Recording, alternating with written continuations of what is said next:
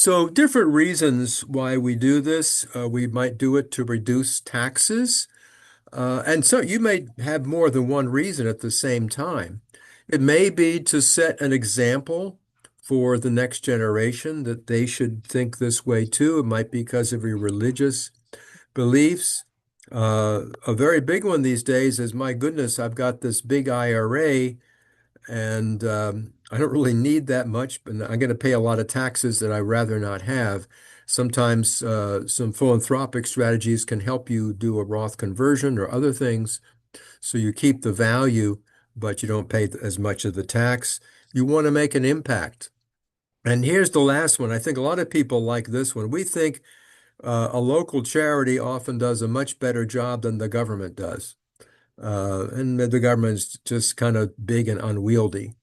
So these are all kinds of reasons. You may have your own reasons as well. Uh, but and you all may already be doing things. I wouldn't be surprised if we've all done something, whether it's a donation of clothing or giving to food banks, whatever it is, we've all probably done one or more of those things. And part of it may be sending a message, see the fruits of your labor, be involved, uh, and be noted. That's okay. That people note what you're doing and maybe they'll get an example of that. So, my experience is most of us have some philanthropic activity or activities without even maybe thinking about it as philanthropy. You just support this organization or you support your church or whatever. Um, Three T's are a good way of thinking of kind of different ways we can be philanthropic. It doesn't always mean you're giving somebody money. It could, as you all know, it could be just volunteering and helping out with something. It could be you have certain talents and skills and experience that really could be used by an organization that needs that kind of expertise. And of course, there's financial contributions as well. But the point is, it isn't always about giving money, is it? It's about maybe these things, time and talent, as well as treasure. And so it's all good. So we want to have a very wide definition of what we think it is. Now, what is this? Is 10 dimes. Why do I showing you 10 dimes? Well, it's a true story. And the main reason I wanted to share the story with you, it's not just for the very wealthy who need to or want to or need to learn more about charity or want to do more. It could be anybody. This was about a woman named Osceola McCartney in Mississippi. She was a black woman and she helped people clean their houses and do that kind of work. Did it for her whole life. And she was getting up in years and she went to a lawyer and said, I want to leave this much of my money to these charities, to the church, and maybe some other things. And she wasn't a Ivy League student, so she was thinking, how do I do this? How can I figure out, how much goes? I tried writing it down on paper, but I couldn't figure it out. So this lawyer was very wise. He got out 10 dimes. That's what you see on the picture, 10 dimes. And he said, Osceola, how much would you give? How many dimes out of the 10 would you give to your church? And how many dimes would you give to this organization? And how many dimes to that organization? And that really helped her think it through. And she figured out how many dimes, which would be what percentage, would go to these various organizations. So I thought that was a brilliant move uh, but also reminding us that philanthropy isn't just for those super wealthy. It's for all of us, even when we're not all that wealthy at all. So it is, I strongly believe that philanthropy, whatever you do, in many cases, not all, but if you're helping with a local organization, that's not really part of your estate plan, but often it can be, and it can be a very valuable thing. Like philanthropy may be one of the ways you can convert your IRA or part of your IRA to a Roth. It's not the only way, but it might be a way that kind of does two things at once. And you've got different ways of doing this. Reduce the size of your IRA. Now, you may already know you can do the qualified distributions you're allowed to do every year. I think it's about $111 per year. You can now give away to charity um, under that system. So you may be using that. QCDs are what they're called, qualified charitable distributions.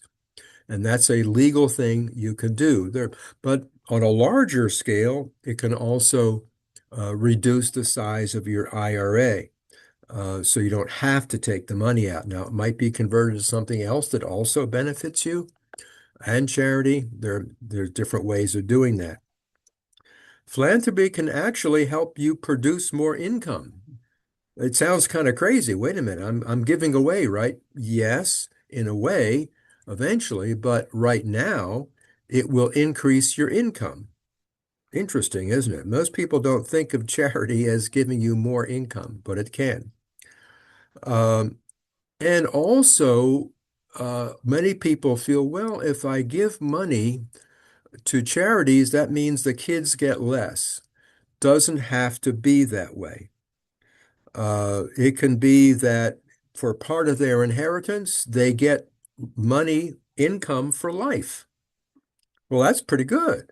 And yet, that is using a certain philanthropic tool. So it doesn't really, you're not disinheriting your children. You're just converting part of their inheritance from a lump sum to lifelong income. So all these things are possible for us, given what the law allows.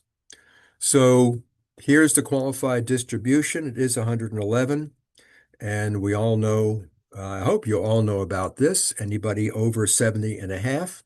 I'm not sure any of you are, but when you do get there, you can do this directly from your IRA, so it's not taxable income. Anyway, it reduces your required minimum distributions, which might be helpful, and you're making a big $111,000 to certain charities would be like a gazillion dollars, to some huge charity. So it can make a huge difference, and this is one way to do it.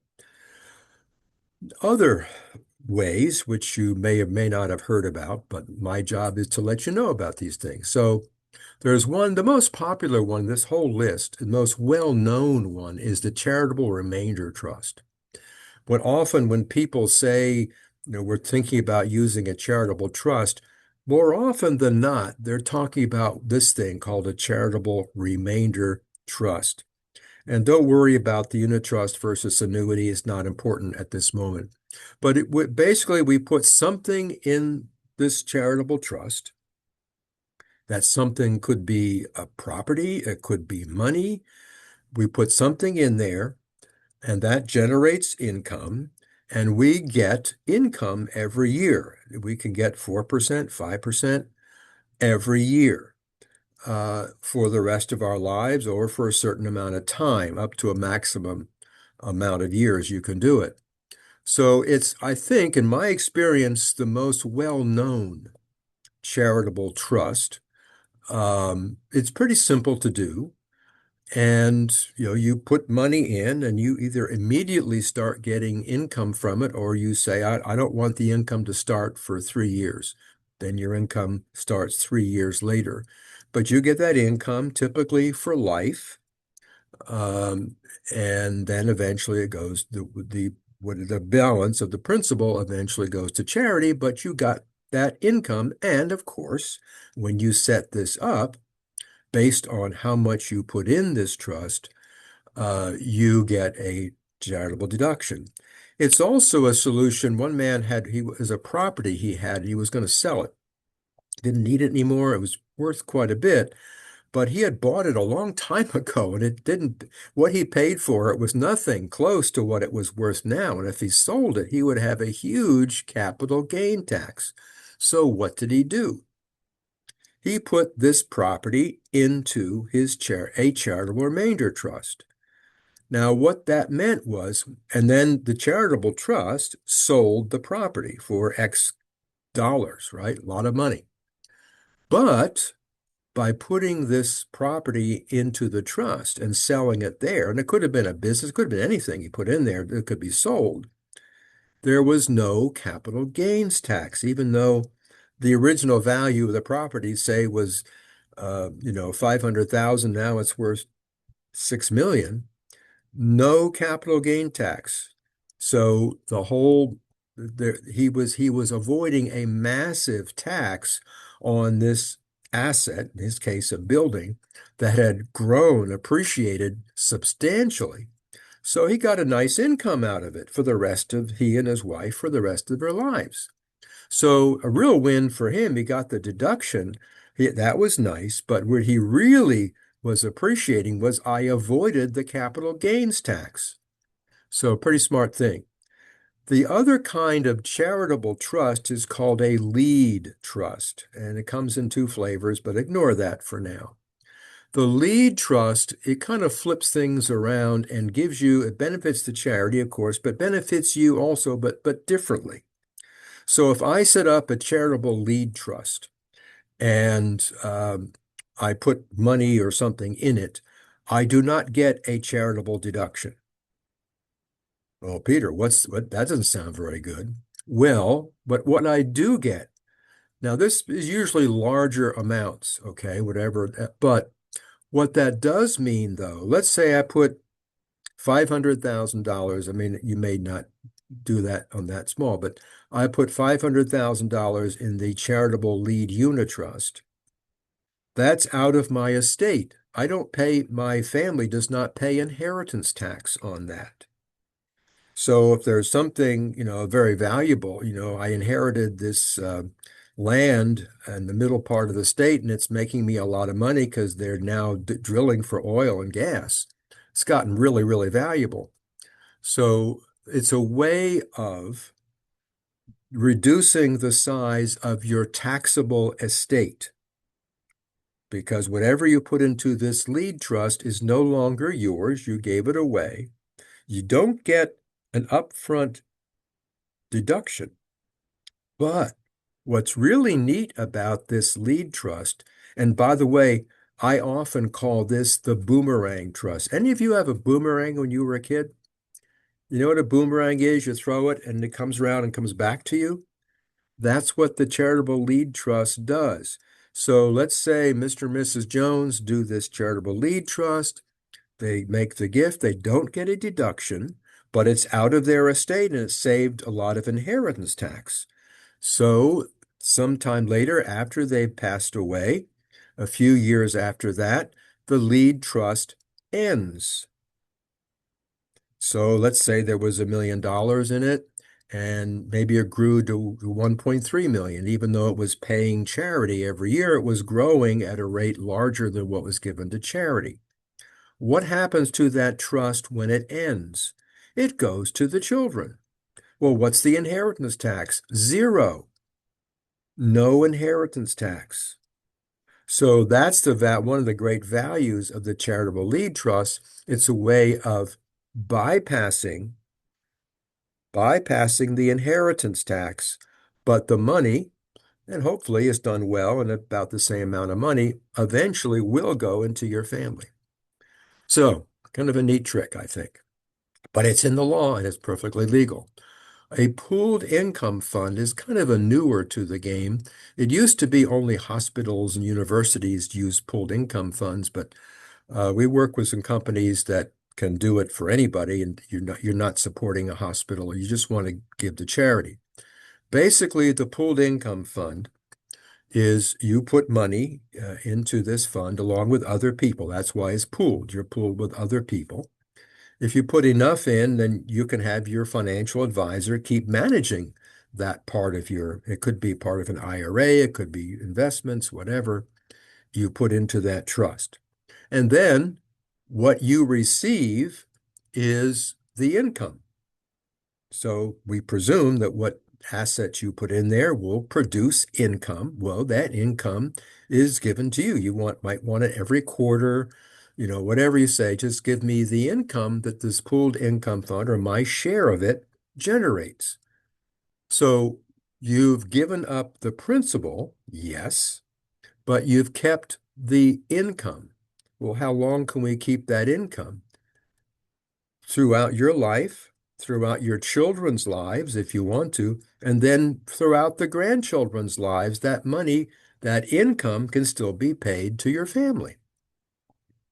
So that may eventually be more than what you put in, just the income that it produces. So the income goes to you. This could go for 2 or 3 generations, a long time paying out income. Now, eventually, it will go to charity of some kind. And that charity might be, here's the last thing on the list, that charity could be what's called a donor advised fund. What's that?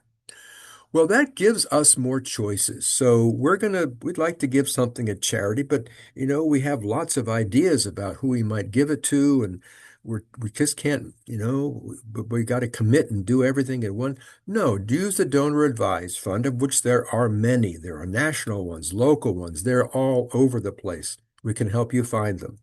So you put money into the donor advised fund all at once or bit by bit. You put money in there and they invest it for you. Okay, so it gets invested. So how does it work beyond that? You decide every year, number one, are we going to give any of that money, be it income or principal? Are we going to give any money to charity this year? You may say yes, you may say no. And how much, right? So as long as it's an actual charity, you can control the donor advised fund, and this year we're putting this much into this charity and these charities. And every year you might change your mind. And then the kids can get involved, which I really like about these. You can get the next generation involved.